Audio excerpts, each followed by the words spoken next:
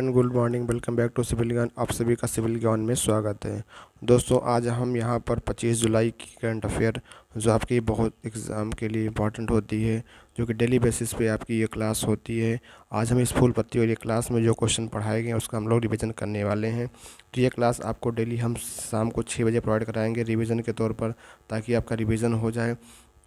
और इसमें अगर क्लास की पीडीएफ अगर आपको चाहिए तो हमारा यूट्यूब चैनल जो जिस नाम से उसी नाम से हमारा एक टेलीग्राम पेज है @सिविल ज्ञान के नाम से। तो आप उस लिंक पर आप उसके द्वारा वहां पे जुड़ सकते हैं और क्लास की पीडीएफ भी आप प्राप्त कर सकते हैं। हमारे इस वीडियो के माध्यम से हम लोग यहां पे रिवाइज करने वाले हैं। चलिए वीडियो को स्टार्ट करते हैं। अगर आप चैनल पर नए हैं, चैनल को सब्सक्राइब ज़रूर कर लीजिएगा। चलिए स्टार्ट करते हैं। तो आज का जो पहला क्वेश्चन है भाई, वो आपका ये रहने वाला है कि प्रतिवर्ष राष्ट्रीय प्रसारण दिवस आपका कब मनाया जाता है। तो यहाँ पर अगर हम बात करें कि प्रतिवर्ष राष्ट्रीय प्रसारण दिवस आपका जो मनाया जाता है, तो 23 जुलाई को यह मनाया जाता है राष्ट्रीय प्रसारण दिवस। अगर हम पहली बात करें कि ये 23 जुलाई को ही क्यों मनाया जाता है, क्योंकि 23 जुलाई को ही 1927 ईस्वी में बॉम्बे स्टेशन से पहली बार रेडियो का प्रसारण हुआ था। इसीलिए 23 जुलाई को हम लोग राष्ट्रीय प्रसारण दिवस मनाते हैं। अगर हम बात करें कि इसका नाम ऑल इंडिया रेडियो कब पड़ा था, तो 1936 में इसका नाम ऑल इंडिया रेडियो पड़ा था। कब पड़ा था? तो 1936 में इसका नाम ऑल इंडिया रेडियो पड़ा था। और फिर 1957 में इसका नाम पुनः आकाशवाणी पड़ गया।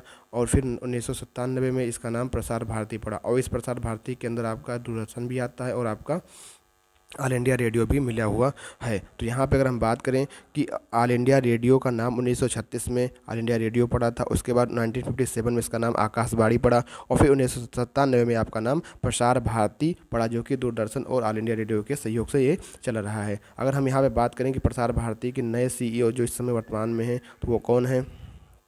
तो प्रसार भारती के नए CEO जो आपके हैं भाई, तो वो इस समय मयंक कुमार हैं। तो मयंक कुमार आपके जो है नए CEO हैं यहाँ पे इस समय हैं। अगर बात करें विश्व रेडियो दिवस आपका मनाया जाता है, तो आपका विश्व रेडियो दिवस 13 फरवरी को मनाया जाता है, और 13 फरवरी को ही राष्ट्रीय महिला दिवस भी आपका मनाया जाता है। अगर बात करें अंतर्राष्ट्रीय योग दिवस की, जो आपका 21 जून को मनाया जाता है, और ये 8वें नंबर का इस बार का ही मनाया गया है, क्योंकि योग दिवस आपका सन 2015 से स्टार्ट हुआ था। तो अगर हम देखें यहाँ, तो 8वें नंबर का योग दिवस है। और इस बार की जो थीम थी योगा फॉर ह्यूमनिटी, इस बार की ये थीम रहने वाली थी। अगर हम बात करें विश्व कारगिल विजय दिवस की, तो ये आपका 26 जुलाई को विश्व कारगिल विजय दिवस मनाया जाता है। तो ये आपका पहले क्वेश्चन का था और जानकारी थी। आपका यहाँ पे रिवीजन अच्छे से हो गया होगा कि हाँ, कि किस तरीके से हमको रिवीजन हो जाता है। और उसके बाद अगर इस क्लास की पीडीएफ आपको चाहिए, तो सिविल ज्ञान हमारा टेलीग्राम चैनल है, आप वहाँ पे ज्वाइन होकर के क्लास की पीडीएफ भी प्राप्त कर सकते हैं, और हाथों से लिखी हुई ये क्लास आपकी पीडीएफ मिल जाएगी। नेक्स्ट क्वेश्चन आपका है कि हाल ही में कौन सा जिला है देश का पहला प्रमाणित हर घर जल वाला ज़िला बन गया है? तो अगर हम यहाँ पे बात करें भाई, तो हर घर जिला वाला ये बन गया है, तो ये इसका तो आंसर होगा मध्य प्रदेश का बुरहानपुर जो गांव है वो आपका बन गया। लेकिन यहाँ पे हम कुछ और एक्स्ट्रा बात करेंगे कि 15 अगस्त सन 2019 को हमारे प्राइम मिनिस्टर नरेंद्र मोदी जी द्वारा क्या किया गया था कि लाल किले की प्राचीर से एक मिशन स्टार्ट किया गया था। उस मिशन का नाम था जल जीवन मिशन। उस मिशन का क्या नाम था? जल जीवन मिशन उस मिशन का नाम था।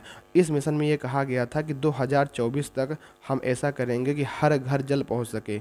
हर घर जल वाला जो लक्ष्य रखा गया था वो 2024 रखा गया है। इसको भी यहाँ पे इंपॉर्टेंट, इसको भी आपको याद रखना है। ये क्वेश्चन पूछ सकता है कि 2024 तक ये लक्ष्य रखा गया था। और एक क्वेश्चन यहाँ से बन सकता है कि किस दिन शुरुआत हुई थी? 15 अगस्त 2019 को शुरुआत हुई थी।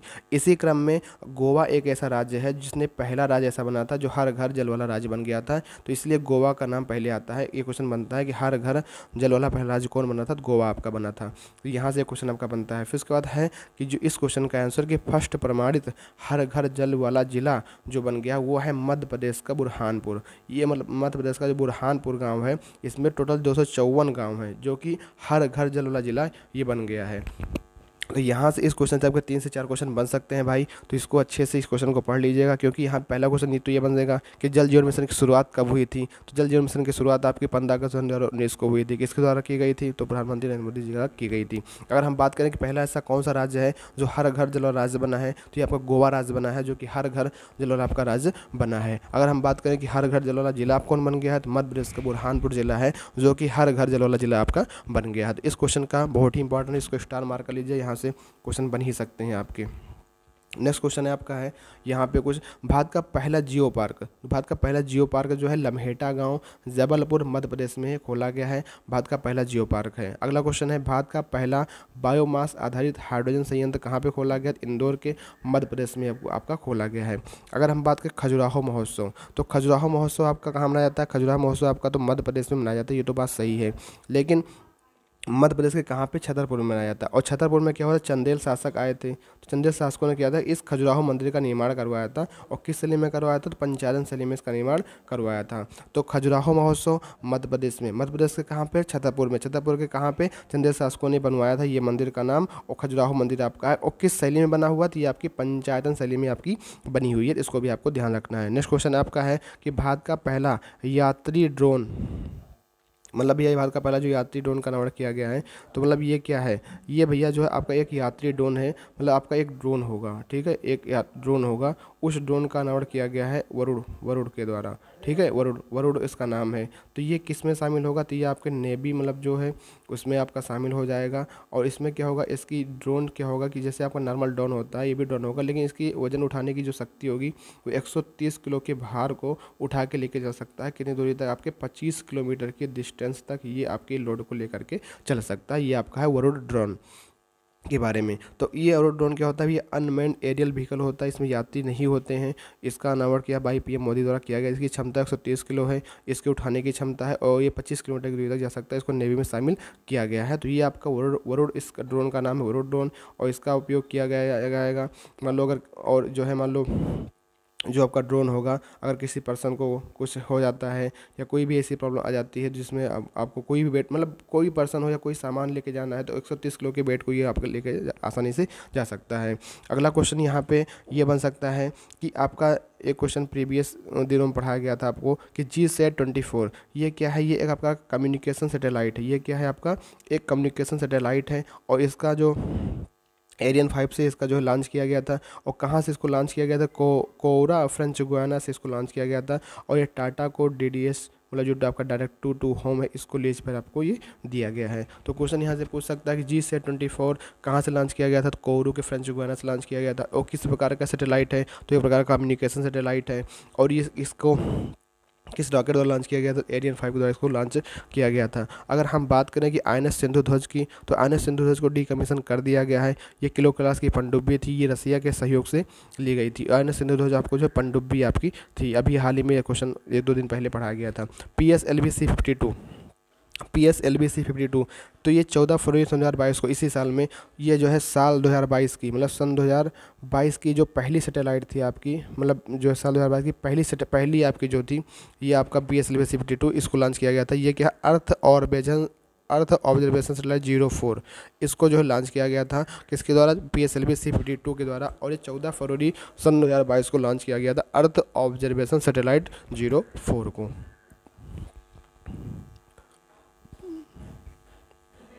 नेक्स्ट क्वेश्चन आपका है, क्वेश्चन नंबर 4 आपका कि भारतीय मूल के जो प्रोफेसर हैं ने वैश्विक ऊर्जा पुरस्कार सन 2022 जीता है।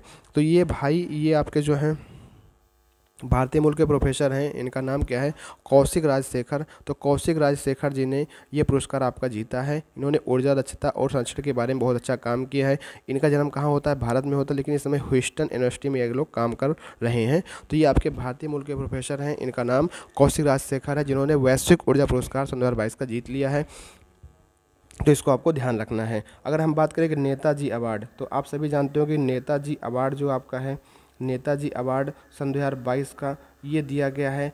जापान के पूर्व प्रधानमंत्री थे, इनका नाम था शिंजो अबे। तो शिंजो अबे को ये अवार्ड आपको दिया गया है। तो शिंजो अबे भैया बहुत ही महत्वपूर्ण यहाँ से क्वेश्चन आपका बन सकता है, क्योंकि शिंजो अबे का हाल ही में अभी जापान में गोली मारकर इनकी हत्या कर दी गई है। और शिंजो अबे को भारत द्वारा एक पुरस्कार और दिया गया, उसका नाम है पद्म विभूषण पुरस्कार। पद्म विभूषण, ये पुरस्कार पद्म विभूषण सन 2021 का इनको दिया गया था शिंजो अबे को, इसको आपको ध्यान रखना है। और नेताजी को जो है ये अवार्ड जो है 23 जनवरी को दिया गया। 23 जनवरी को हम लोग भारत देश में अपने पराक्रम दिवस के रूप में मनाते हैं। पराक्रम दिवस जो है सुभाष चंद्र बोस की जयंती के रूप में हम लोग इसको मनाते हैं, सुभाष चंद्र बोस की जयंती के रूप में इसको मनाते हैं। तो इसको भी आपको ध्यान रखना। तो यहाँ पे देखिए नेताजी अवार्ड 2022 जो है शिंजो अबे को दिया गया, भूतपूर्व जापान के प्राइम मिनिस्टर थे। 2021 में इनको पद्म विभूषण भी दिया गया है। तो इसको इतनी बातें इनको बारे में आपको ध्यान रखनी है।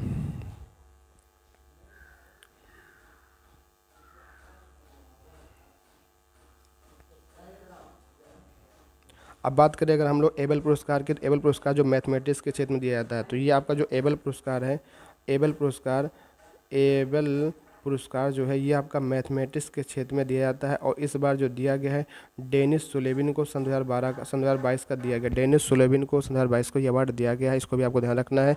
अगर आप बात करें पद्म विभूषण 2022 में जो दिया गया, जनरल बिपिन रावत को दिया गया, प्रभा अन्य महाराष्ट्र को दिया गया। जनरल बिपिन रावत के बारे में बताया जाता है, first CDS of the staff, जीवन पुष्प चढ़ा चरणों पर, मांगे मातृभूमि सेवर, तेरा वैभव अमर रहे, हम दिन चार रहे न रहे। ये लाइन जनरल बिपिन रावत के ऊपर बहुत ही सटीक बैठती है। तो यहाँ पे फर्स्ट CDS ऑफ स्टाफ आपकी हैं। अगर हम बात करें जनरल बिपिन रावत के बारे में, तो ये आपके गोरखा बटालियन से थे और इनका जो है उत्तराखंड के रहने वाले थे। प्रभा अन्य महाराष्ट्र के हैं, राधेश्याम खेमका आपके यूपी से हैं, कल्याण सिंह यूपी के मुख्यमंत्री भी और राज्य के राज्यपाल भी रह चुके हैं राजस्थान के। अगर हम बात करें कि रामानुजन पुरस्कार आपका जो दिया गया है, तो रामानुजन पुरस्कार आपके जो दिया गया है मैथमेटिक्स के क्षेत्र में दिया जाता है, ये इसको दिया गया नीना गुप्ता को। यहाँ से एक क्वेश्चन और निकल के आ रहा है कि राष्ट्रीय गणित दिवस, राष्ट्रीय गणित दिवस आपका मनाया जाता है। राष्ट्रीय गणित दिवस आपका जो है 22 दिसंबर को मनाया जाता है, क्योंकि 22 दिसंबर को रामानुजाचार्य के जन्मदिन के रूप में हम लोग इसको मनाते हैं। अगला क्वेश्चन आपका है कि राष्ट्रीय समुद्री साझेदारी अभ्यास 23 जुलाई 2022 को कहाँ पे आयोजित किया गया है। तो अगर पूछे आयोजन, तो अंडमान सागर में हुआ। किसके किसके बीच में हुआ है, तो भारत और जापान के बीच में ये हुआ है। और भारत की तरफ से इसमें नेतृत्व किसने किया, INS सुकन्या और INS समुद्रनेश ने भाग लिया है। अगर हम बात करें कि भारत और बांग्लादेश के बीच में कौन सी एक्सरसाइज होती थी, आपकी होती है संप्रीति। अगर भारत और सिंगापुर के बीच में बात करें तो आपकी होती है सिमैक्स। अगर भारत, USA, जापान और ऑस्ट्रेलिया के बीच में बात करें तो होती है मालाबार एक्सरसाइज। तो मालाबार एक्सरसाइज आपकी जो होती है 4 देशों के बीच में होती है, भारत, USA, जापान और ऑस्ट्रेलिया। नेपच्यून स्ट्राइक 2022 का जो है नाटो ने किया, नाटो की एक्सरसाइज है जो कि 1949 में इसकी स्थापना होती है, नॉर्थ अटलांटिक ट्रीटी ऑर्गेनाइजेशन। इसका मुख्यालय बेल्जियम में है, उसके अंदर टोटल 30 देश हैं। अगर बात करें बोंगो सागर नौसैनिक अभ्यास अभी हाल ही में भारत और बांग्लादेश के बीच में हुआ है। मिलन 2022 कहाँ पे हुआ, विशाखापत्तनम में हुआ। धर्म गार्जियन भारत और जापान के बीच में है। श्रीलंका के बीच में कौन से, स्लेनेक्स आपके श्रीलंका के बीच में है। सिंगापुर के बीच में आपकी सिमैक्स होती है, ठीक है। अगर बात करें डेजर्ट, क्या कहते हैं, हाँ एक डेजर्ट करके एक्सरसाइज है, आप लोग कमेंट बॉक्स में बताइएगा कौन सी है इसी करके। एक मतलब जो होती है इंडिया और उज्बेकिस्तान के बीच में होती है, इंडिया और उज्बेकिस्तान के बीच में आपकी एक्सरसाइज ये होती है। मतलब बहुत सारी एक्सरसाइज है जो कि आपके एग्जाम के लिए बहुत ही महत्वपूर्ण रहने वाली हैं। तो ये सारी कुछ एक्सरसाइज थी, जैसे कि भारत बांग्लादेश के बीच में संप्रीति हो गया, भारत सिंगापुर के बीच में सिमैक्स हो गया, भारत USA, जापान, ऑस्ट्रेलिया के बीच मालाबार हो गया, नेपच्यून स्ट्राइक आपका नाटो की है, बोंगो सागर आपकी नौसैनिक अभ्यास। इस तरीके से आपका जो है इंपॉर्टेंट है, इसको भी आपको ध्यान रखना है।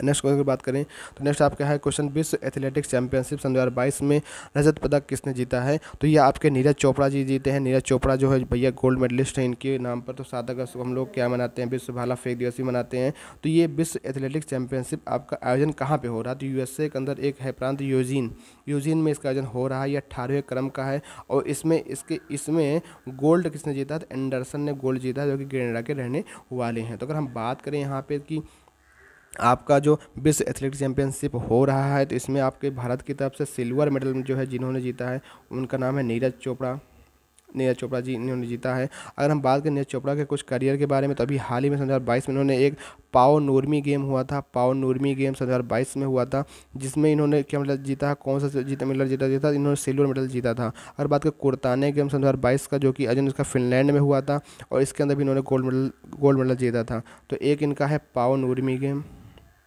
एक है पावन उर्मी गेम जिसमें इन्होंने सिल्वर जीता है। एक आपका है कुर्ताने गेम जिसमें इन्होंने गोल्ड जीता है। अगर एक इनका है सिल्वर, तो सिल्वर वर्ल्ड अभी मतलब एक जो इन्होंने जीता वर्ल्ड एथलेटिक्स चैंपियनशिप इन्होंने सिल्वर जीता है। अब अगर टोक्यो में इन्होंने गोल्ड मेडल जीता था 87.58 मीटर फेंक करके। और अभी एक डायमंड लीग हुई, इन्होंने नेशनल रिकॉर्ड जो है एक तोड़ा था 89.94 मीटर अपने भाला फेंक करके। तो यहाँ पे अगर बात करें टोक्यो पैरा ओलंपिक में टोटल 5 लोगों को मेडल दिया गया, जिसमें से आपके अनिल अखेरा शूटिंग की थी, सुमित अंतिल आपके जो थे भाला फेंक के रूप में बनाए जाते हैं, फिर आपके कृष्णा नागा आपके बैडमिंटन से थे। तो कुल 5 लोगों को टोक्यो पैरा ओलंपिक में दिया गया था।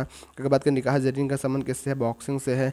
देवेंद्र सहरिया को पद्म भूषण अवार्ड दिया गया और सुमित अंतिल को भी आपका भाला फेंक के रूप में भाला फेंक का संबंध है। तो यहाँ पर हमने जो है अगर बात कर लेते हैं कि टोक्यो आपका जो ओलंपिक है, टोक्यो ओलंपिक का शुभंकर क्या होता है, तो टोक्यो ओलंपिक का शुभंकर आपका क्या है, मिराई तोबा। टोक्यो ओलंपिक का शुभंकर क्या है, मिराई तोबा आपका टोक्यो ओलंपिक का शुभंकर है। अगर बात करें टोक्यो पैरा ओलंपिक का, तो इसका शुभंकर क्या हो जाता है आपका, सोमेटी इसका हो जाता है। ठीक है, अगर बात करें हम लोग बीजिंग ओलंपिक का क्या हो जाता है शुभंकर, तो इसका हो जाता है विंग डोएन आपका जो है बीजिंग ओलंपिक का शुभंकर हो जाता है। तो इस तरीके से जो है बात करें, अभी खेलो इंडिया यूथ गेम हुआ है तो इसका जो है धाकड़ है। खेलो इंडिया यूनिवर्सिटी गेम हो तो इसका कौन सा है, वीरा है। तो और आपका जो है अभी शतरंज का ओलंपियाड होने वाला इसका जो होगा, इसका थुम्बी करके एक शुभंकर, इसको भी आपको ध्यान रखना है। तो ये आपके कुछ महत्वपूर्ण गेम थे जिनके आपके शुभंकर को याद रखना है। टोक्यो ओलंपिक का मिराई तोबा, टोक्यो ओलंपिक का सोमेटी, बीजिंग ओलंपिक का बिंग डोएन, खेलो इंडिया यूथ गेम का धाकड़, खेलो इंडिया यूनिवर्सिटी गेम का वीरा, शतरंज ओलंपियाड का थुम्बी। ठीक है, तो इस अगर बात करें कि टोक्यो ओलंपिक सन 2020 वाला जो है ये 21 में हुआ था, कहाँ पे हुआ था आपका, टोक्यो के अंदर जापान में हुआ था। अगर हम बात करें अब जब होगा 2024 में, कि आपका कहाँ पे होगा, पेरिस फ्रांस में होगा। फिर 2028 का भी हाल ही में बताया गया, डिक्लेयर किया गया, तो 28 का जो होगा वो लॉस एंजल्स होगा अमेरिका के अंदर आपका ये होने वाला है। और टोक्यो ओलंपिक के अंदर हमने टोटल आपका 1:2:4 मेडल जीता था, जिसमें से एक आपका गोल्ड था, 2 आपका सिल्वर था, 4 आपका ब्रांज था। और टोटल ऑल इंडिया रैंक हमारी जो थी विश्व लेवल पे वो 48 रैंक थी। तो ये सारी चीज़ें आपके एग्ज़ाम के लिए बहुत ही महत्वपूर्ण, इनको आपको ध्यान रखना है। तो ये आज के करंट अफेयर के क्वेश्चन थे जिन्होंने हमने जो आपके रिवीजन कर लिया है। और ये आपके जो है मॉर्निंग का सेशन जो होता है आपका, आप सभी जानते होंगे, फुल बत्ती वाला क्लास का, उसी हम लोग रिवीजन यहाँ पे किए हैं। अगर वीडियो आपको अच्छी लगी है तो चैनल को सब्सक्राइब ज़रूर करिएगा। मिलते हैं कल फिर इसी टाइम पे नेक्स्ट वीडियो में, तब तक के लिए अपना ध्यान रखना। Thank you. जय हिंद, जय भारत।